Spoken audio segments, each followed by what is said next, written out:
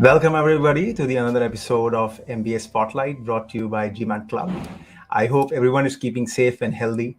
My name is Priyank and I'm a GMAT Club moderator. And today we have with us Deirdre, representing Terry School of Business at the University of Georgia. Hi Deirdre, how are you? Hope you're doing well.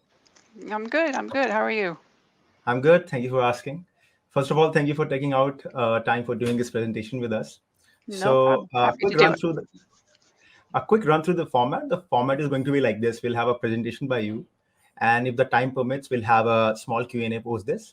And in case our audience have more further questions, they can anyway join in the Zoom breakout post this session.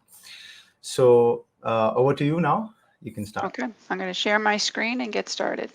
So hello, everybody. As Priyank said, I'm Deirdre Kane, and I'm Director of Admissions for the full-time MBA program here at the University of Georgia. I've been with the program since 2011, so this will be my 12th season, bringing in another great class for next fall. And before I get started, I do want to introduce you to the whole admissions team. So besides myself, there's Kara Saunier, our Associate Director, Joe Martin, our Assistant Director of Operations, and Ashley Tiller, our Admissions Counselor. So if you sign up for any of our one-to-one appointments, you'll be speaking directly with Ashley. Starting with some fast facts, so the bigger picture of the University of Georgia. Our full-time MBA is located at our main campus in Athens, Georgia, which is approximately 1 hour northeast of Atlanta. So essentially, we have the best of both worlds. A small college town with a lower cost of living and less traffic, while being close enough to one of the nation's largest business hubs. And while we are a smaller town, we have over 300 local nonprofits and a thriving startup and tech community.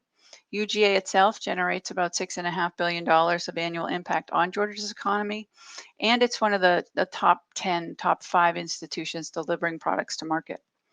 As a student in our program, you'll be joining an alumni network of over 315,000 living UGA alumni and 70,000 Terry alumni spread out over 80 countries around the world. Terry itself, for the past 5 years, our full-time MBA program has ranked consistently as a top 40 program overall, and our affordability and return on investment are always some of our highest rankings. We're where we are as a program because of the success of our students and because faculty and staff are dedicated to our students' academic and professional success. That hard work is reflected in the rankings and the fact that even with COVID as a disruptor, our 2020 grads were more than 90% employed at graduation. Now, there are 3 sort of pillars I'm going to talk about today that I think define sort of the Terry edge. Personalized support, focus on applied learning, and our great return on investment. Within applied learning is experiential learning, so I'll cover that as well. And we think about your return on investment both when you enter the program and when you leave. So I'm going to start this by talking about our personalized approach. Which centers around the student experience and the support we provide each individual academically, socially, and professionally.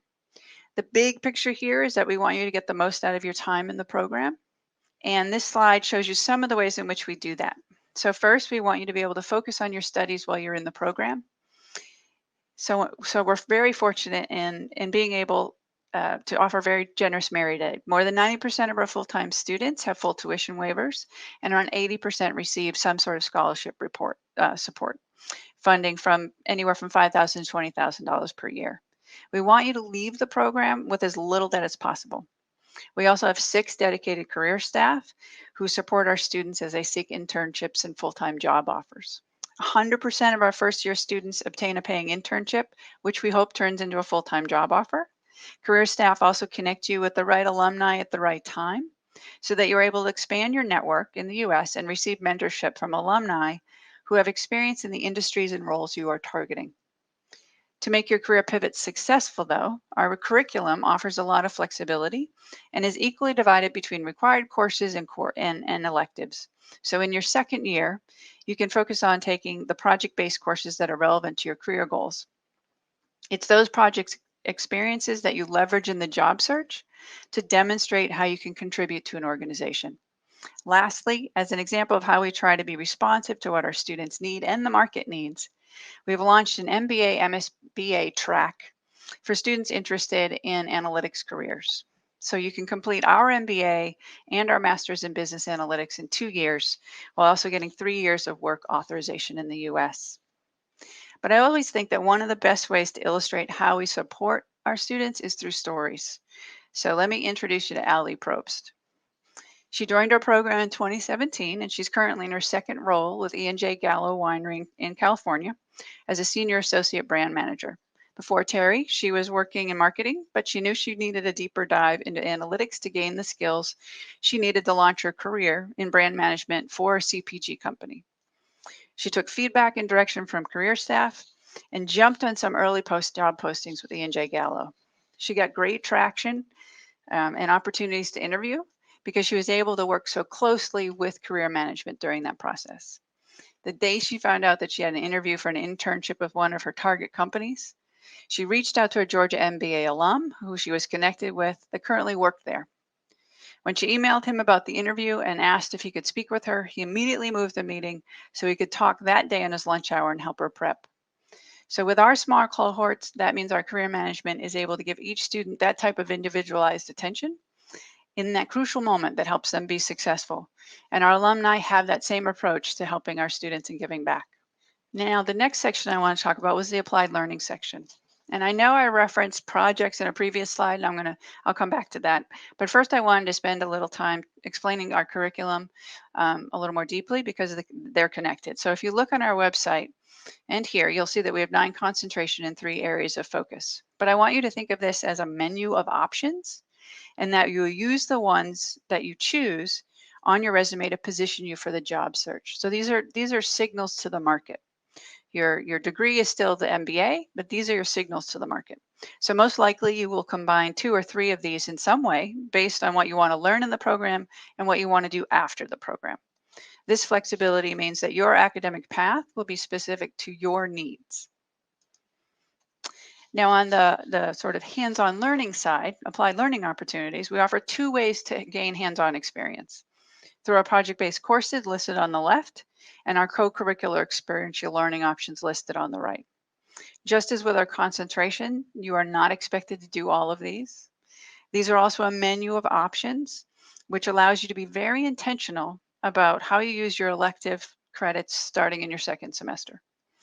We want the work that you do in and outside the classroom to align with your career goals. So these applied learning opportunities are how we've integrated leadership and development into the coursework as well, because we know that everybody's leadership journey is very individual and very different. So we don't have a set curriculum for leadership, except that if you were to participate in Leadership Fellows, you would take this great course called Leading Evolving Organizations that actually anybody can take, which students just really, really love. But each of these options here will allow you to develop as a leader. So obviously I don't have time to go through all of these, but so if you see something here that interests you, please ask questions about it in the Q&A, and I'd be happy to share more. Now we're going to sort of dive into the projects, because this is one area in which I think our program really shines and differentiates. And I actually need to update this slide because we've done more than 78 projects, and I think we've expanded beyond these 21 companies. One goal of these projects, though, is to give you real-world experience. Another goal is connecting you to the Athens community or our corporate partners. And as a student, you get to learn and make a valuable contribution on these projects. As a professional, you get to contribute your talents by providing insights and solutions to business leaders. For a program our size, we do a lot of them. These project courses are taught by industry practitioners and program alums also. For example, Jim Taylor, the president of Arby's, teaches the Applied Marketing course. Patrick Waite, president of Audit Services at Cox Communications in Atlanta, teaches our Lean Six Sigma course. Susan Brown, formerly of Cox Communications and now the director of our Executive and Professional MBA programs, teaches the Business and Corporate Strategy class. And lastly, Nathan Stuck, a 2017 grad, teaches the B Corp Clinic course, P Corp class, and he's also Director of Culture and Strategic Impact at Ad Victoriam Solutions, which is a local Salesforce implementation company. So you're learning from professionals with industry experience and also getting real sort of meaty information to share with recruiters and to put on your resume. Again, more signals to the market.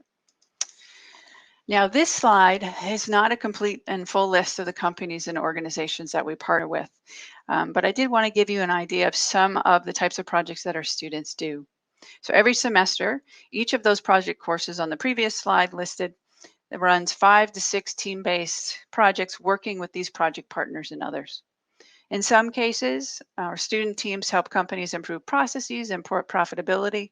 And in other cases, they help Athens area nonprofits improve their financial stability and the quality and efficiency of their service delivery. Now, to sort of dig a little deeper into this, our nonprofit board fellows program, again, one of the options as part of the leadership fellows program and just one of sort of standalone community service options, is one of very few in the MBA world. And ours is differentiated by it being a 2-year commitment. So as a fellow, you are a non-voting member of a local nonprofit board. Starting in your first semester, you won't be as active during your first semester because of the intense academic load and recruiting activities. But once you're onboarded by that organization, you're really there to learn and contribute your talents. It's been an incredibly rewarding experience for our students and very well received engagement with our partners and by our partners. One of the Dogs on Top podcast episodes that I did in 2020, early 2021, interviews the executive director of the Athens Area Community Foundation, which is an organization that has been with us from the beginning. So if you're interested in sort of hearing more from their perspective and a student perspective, I encourage you to look at that podcast. But again, another way to really ground this for you is I'll tell you another student story. So meet Zach Godfrey. He's a recent alum, and he joined his program after his time at HB Enterprises. And he was very, very intentional when he came in about what he wanted to accomplish with us. And so he is one of many of our students who want to use business for good as well. So while he was in the program, he sat on the board of Athens Made, which is a local nonprofit that promotes and develops Athens creative and startup communities. And he helped develop our B Corp clinic, which grew into the B Corp assessment projects course, now taught by Nathan Stuck, who I mentioned earlier, the MBA 2017 grad who also works locally for Ad Victoriam. Now, the section on return on investment. Because obviously the time, commitment, and money spent towards a full-time MBA is quite an investment. And it's essential for you to evaluate the potential return on that investment to determine if and when an MBA makes sense for you. As a public institution with extremely generous donors, we're able to capitalize on low tuition rates, low cost of living, and significant merit aid. 90% of our 2-year students receive graduate assistantships come with full tuition waivers and a monthly stipend in exchange for working 13 hours a week for a Terry faculty member, assisting them with their classes or with their research. 100% of our incoming students receive some amount of merit aid, as I mentioned before, in terms of scholarship funding. But in addition to our assistantship awards, the average scholarship funding on top of all of that is an average of $8,000. But we also offer scholarship funding to subsidize the international residency trip and to help subsidize some of everybody's recruiting travel to career fairs, generally to career fairs, where you meet with employers and interview with employers. Now for sort of employment stats, again, outcomes. So, focusing in terms of, how you can support yourself while you're in the program to sort of what your payback is when you leave the program. So with last year's graduating class, 96% accepted offers within 6 months of graduation. Actually, I think it's 3 months, with an average salary and bonus of over $120,000, which is approximately 183,000% increase over their pre-MBA salaries. I'm no financial advisor, but I say that's a pretty good ROI. And you'll see here with the graphic that this is sort of the breakdown year over year. This pretty much stays within these ranges of the industries, the functions that our students go into. So as you can see, consulting, finance, accounting, and general management or tend to be the highest. Marketing sales has also seen a tick up. So these are our sort of most popular concentrations as well. And again, when you think about concentrations, people are easily combining marketing with analytics, consulting with analytics, finance with analytics in terms of how they've positioned themselves. As a sort of another example, what you take away from this slide is this is not a comprehensive list of all of our employers. What this is our most recent hiring firms, most and our partnerships and corporate partners. We recently have begun a partnership with Goldman Sachs, and we are an AT&T partner. And so many of these companies are headquartered in Atlanta. Some are West Coast companies.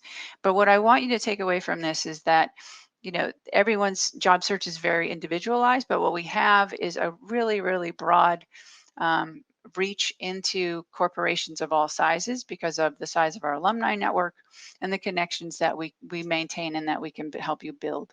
And so your job search is, again, going to be very specific to what you want to do, what type of organization you want to work with, what type of culture you want to be aligned with. And we're here to help you facilitate those connections that you need in order to achieve that goal. And to give you an example of that, let me talk a little bit about Vikram Singh. Because he's a great example of someone who capitalized on his network of peers within the program and connections to alumni and development of his soft skills while he was in the program in order to pivot to a strategic marketing role with FedEx from his business development and consulting experience in the automotive industry. He was extremely proactive early on, which means in the first semester, the first fall, and secured his internship with FedEx in that first semester. So, and basically the situation for him is that through his sort of student network, one of his peers who had been interviewing for a specific position really didn't feel it was the best fit for him, but thought that Vikram would be a great fit for it. So he put Vikram forth to that recruiter and helped sort of facilitate that connection for Vikram. And he's been very successful there. I recently did another live event with him. And obviously during COVID, there have been a lot of challenges, and he's involved with the e-commerce side of things as well. And he's just really loving the work that he does. So I'm going to finish this presentation with a few slides about the class makeup and the admissions process itself. So one of the most important things you should get out of an MBA program is the opportunity to learn from your peers who come from very different backgrounds. That diversity is very important to us. That diversity of thought and experience helps shape the culture of the program, and we're proud to have so much diversity in a program of our size. The student culture is very collaborative and supportive, which I also think is very important. I think people should be where they thrive and be supported in that. This is a supportive learning environment. So again, this isn't a complete picture of who our students are. These are the numbers. Beneath this are just a wonderful group of first and second year students. And I just used it so I hope you can give you some idea of how important that student culture and student experience is to us, both in admissions and student engagement and also career management. Now, sort of now to nuts and bolts. So these are our deadlines, and one of the keys to a successful application is planning. So I always recommend that you pick a deadline and work backwards to determine how long it will take you to pull everything together. Now, I personally don't care when you apply. If you're an international student, March 1 is the final deadline for international applications, though, because we do want to make sure we can get you through the visa pipeline. It's always helpful for you and for us if you apply in round 1 or round 2, if you're ready, if your application is ready, and you think it's as strong as you can possibly make it, simply because that helps both of us plan. But any of these rounds are open for domestic students and the first 3 for internationals. But you want to, as you sort of plan this process, you want to look at our application materials and what's being asked of you holistically, because that's how we evaluate you. You have a lot of control over what goes in the application before you submit. So you really need to make sure each piece can stand on its own, each piece is as strong as possible, and that you've used each piece strategically to emphasize your strengths and compensate for any weaknesses. We want to see what your strengths are. We want to know what your abilities are. We want to understand your experiences, and we want to understand who you are as an individual. There are a lot of resources out there in the internet that can help you sort of break down the application process and understand, what people are asking for in the essays and et cetera. But you can always reach out to our office with any questions. We're really here to help you. So as you prepare your application, though, This is an important step as well. This sort of learning more about programs, including ours, doing your research, making sure you're identifying the programs like ours that you feel will be the best fit for you and where you can be successful. It's important to apply to multiple programs. Cast a wide net is usually very good advice. And to do that, you need to do your research so you know who you're applying to. There are many ways to learn about our program. So we have our website, we have a blog, our podcast, Facebook, Instagram, YouTube playlist, and a blog. And we also offer several ways to connect with us personally. Besides what you see here, you can set up a one-to-one appointment with Ashley, as I mentioned at the beginning, our admissions counselor. You can reach out to one of our MBA ambassadors and connect with them through our website and learn more about their experience directly and ask them any questions. You can go old school and you can email or call us because that's what we're here for. Help you get connected to students, help you understand our program, help you really make what the best decision for you. So I do hope you choose to apply to University of Georgia. Certainly would, we'll start doing campus visit days again soon in person. Until then, we're offering a number of live events. Those events are then available as recordings, and some are being turned into podcasts. So we're trying to put information out on multiple channels so you can find more about the program. But again, feel free to connect with us, and really thank you for your time. And I'm, ready to answer questions now for anybody who has any. Thank you so much, Deirdre. That was Yeah. very insightful and valuable presentation about Terry. I really like the way you presented stories of Terry student. That was very intuitive. So we have some pre-submitted questions right now that I would like you to address. Okay. So first question, you can see. So can you talk about more about the Terry's class size and how it can be an advantage compared to bigger class sizes at other schools? Yeah, good question, and I'm happy to elaborate because I think this is really an important consideration. So there are a number of factors that I think people need to sort of take into account as they go through this process of researching schools and choosing where to apply. So, and that again is a very individual process. I tell people make a list of what's important to you. Is it location? Is it cost? Is it class size? Is it program offerings? Put them in rank order, must-haves, nice-to-haves, and really follow that list because it can be overwhelming. There are so many schools to choose from. You can get wrapped up in the rankings and lose your mind. There's just a lot of ways to be overwhelmed by the process. But if you stick to what you want, you can find that. Now, in terms of specifically class size, so this is all about the learning environment in which people thrive. So I myself have always preferred smaller. I thrive in smaller environments, smaller classes, so I can make that personal connection with a faculty member. Some people prefer large classes so that they have just this wide opportunity and some sense of anonymity. In our program, there's no anonymity. If I didn't say that right. But what you do have an opportunity to do is really, really get to know your faculty and your staff and get to know both classes as part of your network. So I think this is about the learning environment. This is about picking what size class, where will you learn best and be happiest. Speaking of COVID-19, how does that affected the criteria of admissions especially for international candidates? Criteria.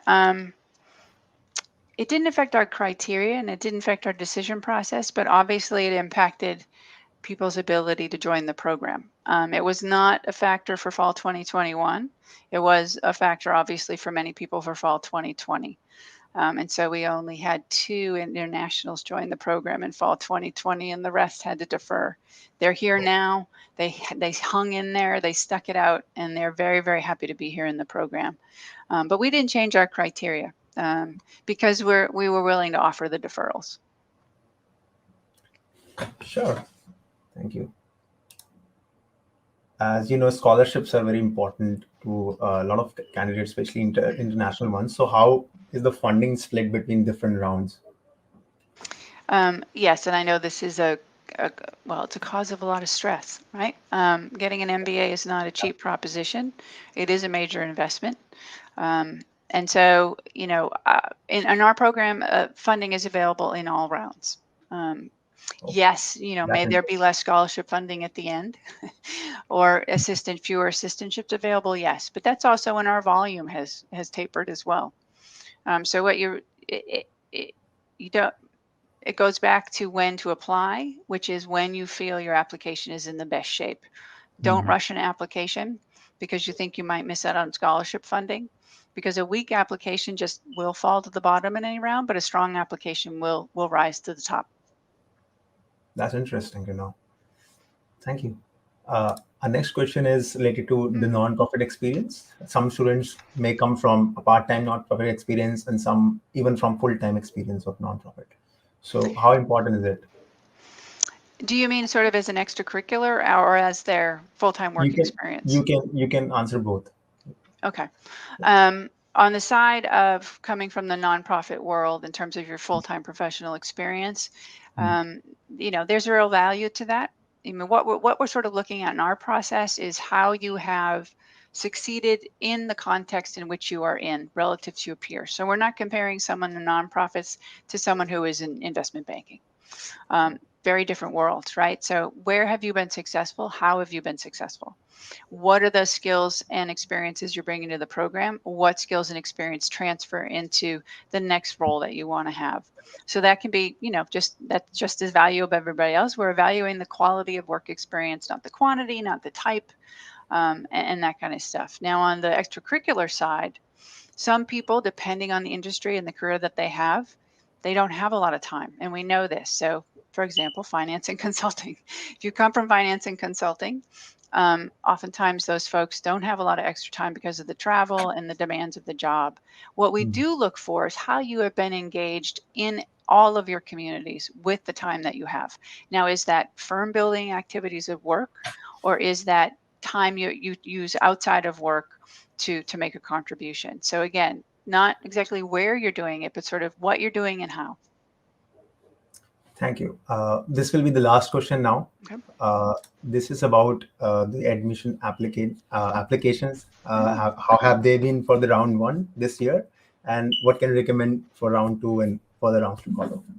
Round 1, which we are in the process of doing interviews and getting ready to send out decisions for December 1st. Very strong round for us this year. I was very, very enjoyed reading applications and interviewing people. We've really been impressed by the group so far, and very excited about issuing decisions to those folks for December 1st. For round 2 and round 3, round 2 is looking to be a strong round as well. So if sort of you have your application in the pipeline, I would just encourage people to continue to work on it, make sure you're ready, and be ready to submit. 3 and 4, I'd like to hope that there's a lot of folks there too, but we know that things can taper off. It tends to be our dual degree students are applying in the later rounds because of the timing of what they're doing as well. So, but what I would sort of recommend is the same for every round. If you're preparing an application for round 2 and you just don't feel that it's ready, and you just have some, your recommender's not ready, you don't feel your essays are there quite yet, wait for round 3. Do not rush to submit. I have never seen it work to anybody's advantage to rush an application. Thank you so much, Deirdre. I think we're almost over time. So I thank you so much for joining us today. And we hope that this provided everyone the valuable information about TERI. In case, if you guys have still questions, feel free to join our Zoom breakout session. The link will be provided in the comment section. And if you, again, further like these kind of sessions, do give us a like and subscribe to the GMAT Club YouTube channel. Thank you once again, everyone, and have a great day. Thank you.